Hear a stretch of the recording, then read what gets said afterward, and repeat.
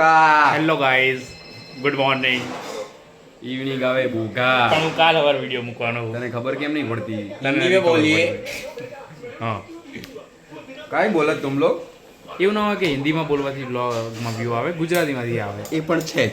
હા, કારણ કે આપણા ગુજરાતની જે પબ્લિક છે આ તમે કન્ટેન્ટ માટે ના કરશો યાર. જીમ જીવો છો એમ જીવો, એને જ બ્લોગ કહેવાય. તો કન્ટેન્ટ માટે કોણ કરે? પોતાની લાઈફ બતાડીને એને જ કહેવાય બ્લોગ.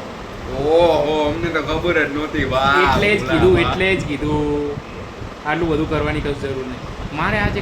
મારે ખાલી આજે એટલું જ કહેવું છે કે તમારી સેહતને પહેલાં મહત્વ નહીં આલું, તમારા પરિવારને મહત્વ આલું. ઓહો, આજે જો અમારે ચાલવા જવું હતું પણ અમને હજુ હમણાં જ ખબર પડી કે અમારો આજે વાંય બેઠેલો છે ને વાંય બેઠો છોટું પીળા કલરનો, એ કાલે સવારે જવાનો છે. એટલે રાહુલની આંખો ભરી આવી. એટલે મેં કીધું એટલે 2 મિનિટનું મૌન રાખ્યું.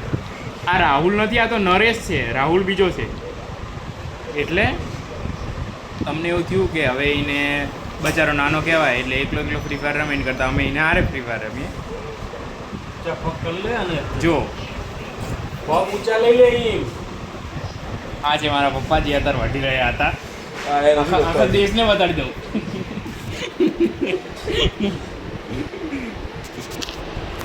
આ છે અમારા બાપુ, જેને તમે જ્ઞાનને દરિયો પણ કહી શકો છો.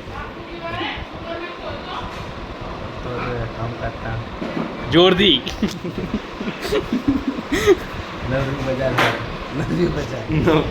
ટેક્સ વિશે 5 વાક્યો લખો. ટેક્સના સ્પેલિંગમાં 3 અક્ષર આવે છે. ટેક્સ સરકારને દેવાનું હોય છે, ટેક્સ પબ્લિક આપે છે.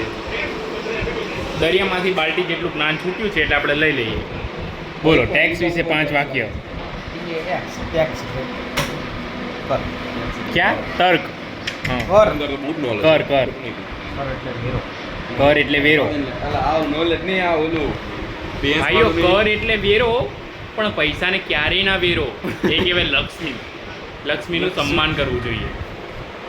એટલે એને વેરવું એટલે ઢોરવું એટલે નીચે પડવું. એટલે નીચે પડેલું ક્યારેય ના લેવાય એવું અમને કીધેલું છે. તમે ધનનું અપમાન કરી દેશો એટલે એવું ક્યારેય ના કરાય.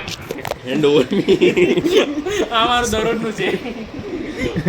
દર બ્લોગમાં એક વખત અમારો ફોન પડી જાય છે, કેમ કે નવા બ્લોગર છીએ ને અમે. શાંતિ રાખો, તમે જ કહો કયામાં સારો વ્યૂ આવે છે, આમાં કે તેમાં? આમાં જ. એને મતલબ સારો બ્લોગર હું જ છું.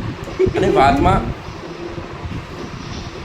છે એવું ને કે આને કાલે જવાનું છે ક્રિકેટ માટે અમરેલી. અને આનો અમારે સામાન પેક કરાવ્યો. લાયર मैं कहाँ आया? मैं तो अभी आया. આ જોક બહુ મારે છે, હસી લો.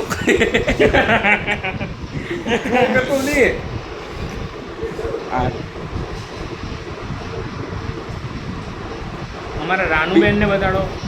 રાનુ મંડળ,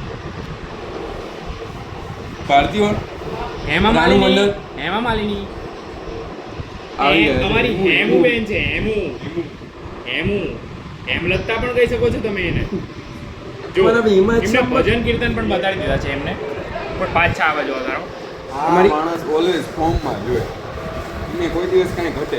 જો તમારે ક્યારે આનું બોલેલું રહ્યું ને પોતાની ઉપર નહીં લેવાનું, કેમ કે કન્ટેન્ટ માટે કરે છે અને અમારા બ્લોગિંગનો ભાગ નથી. જો અત્યારે મારા હાથમાંથી રિમોટ લઈ લીધું, રિમોટનું ઢાંકણું રહી ગયું પાછળ. એવી ને બુદ્ધિ નથી, કેમ કે છોટું છે. આ થોડોક પંખો સ્લો કરી દે મારો ભાઈ. થેન્ક યુ મારો ભાઈ. પહેલો પેચેક આવશે ને 50% તારું. તમે જેટલું ને જેટલું થઈ શકો એટલે અમારી ચેનલને સપોર્ટ કરો. અને આજ માટે આટલું નાના બ્લોગ બને તો જ કોઈક માણસ જો, મોટા તો અત્યારે કોણ જુએ. અને એક વસ્તુ કરીએ અમે તમને કે હા, મારી વાત સાંભળતો નથી એટલે બ્લોગ બદલવાનો નથી. સાથે જણાવવાનું કે હવે મૂકો તો સારું રહેશે, બરોબર? મારે એક વાત મૂકવી છે ઓડિયન્સ તમારી સમક્ષ. સિરિયસ વાત છે. જો અમે તમારે ના પાડો એની કરતા તો મૂકી દે ને તો સારું હોય, બરોબર? રેર કાયદેસરની વાત જે સબસ્ક્રાઇબ કરશે ને એની માટે. બીજું ત્રીજો તો અમારો ભાગ જ નથી એટલે એનું જોવાનું નહીં.